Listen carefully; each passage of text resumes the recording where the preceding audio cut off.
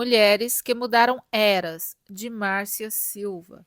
Continuando no segundo capítulo, vamos iniciar hoje o quarto tópico: tempo de discernir o inimigo. Então disse Amã ao rei Assuero: existe espalhado entre os povos em todas as províncias do teu reino um povo cujas leis são diferentes das leis de todos os povos e que não cumpre os do rei. Pelo que não convém ao rei tolerá-los. Se bem parecer ao rei, decrete-se que sejam mortos.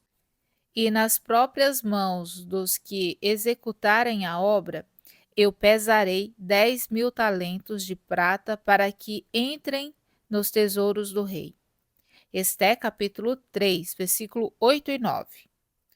Uma guerra estava prestes a explodir e Esther já estava no centro do campo de batalha, o palácio real.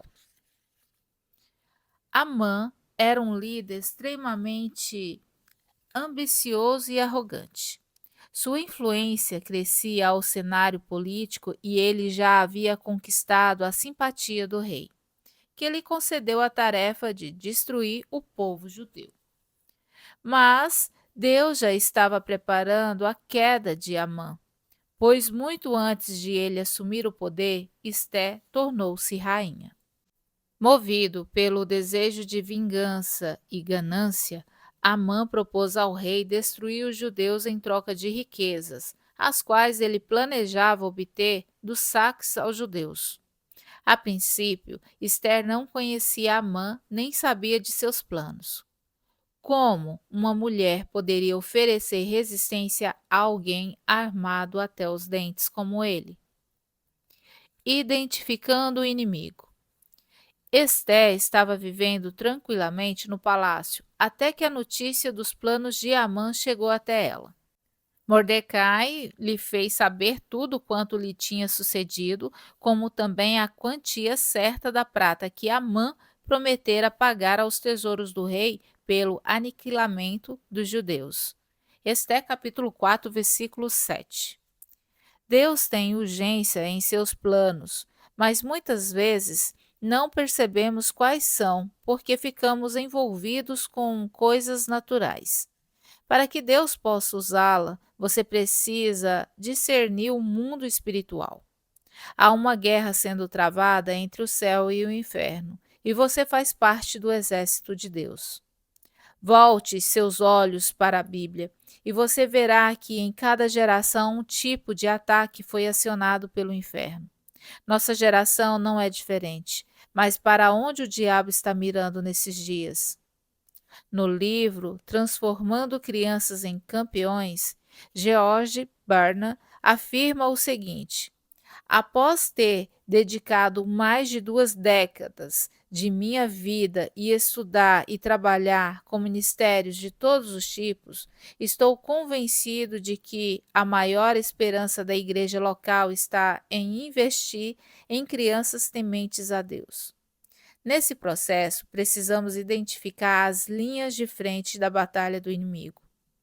Onde o combate está sendo travado hoje? Eu não tenho dúvidas de que a frente de combate está na mente e no coração das crianças. Ganha-as cedo e a vitória está garantida. No século XX ficou marcado pelo movimento feminista e pela revolução sexual dos anos 60. Esses dois movimentos atingiram dois tipos de público: as mulheres e os jovens. A mulher ganhou direitos e liberdades que antes eram concedidos somente aos homens, e difundiram-se a partir daí as relações extraconjugais, a legalização do aborto e o crescente número de divórcios. Com os jovens não foi muito diferente, pois aquela geração dos anos 60 deu início a um tempo sem precedentes na história, marcado pela liberação sexual, o aumento da gravidez na adolescência, a disseminação das drogas e o declínio da família. Depois desses dois movimentos, um padrão foi estabelecido e, atualmente, jovens e adultos vivem segundo esse padrão de pensamentos. Mas que alvo o diabo está atacando hoje? A infância. Um dos maiores problemas da nossa geração, se não o maior, é a pedofilia.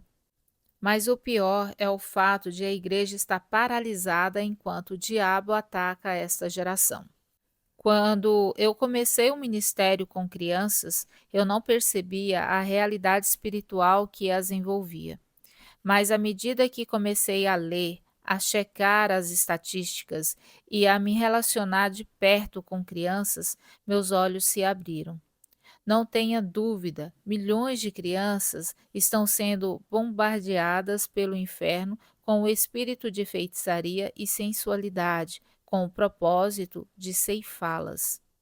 A igreja precisa se indignar contra o inferno e se posicionar para a guerra.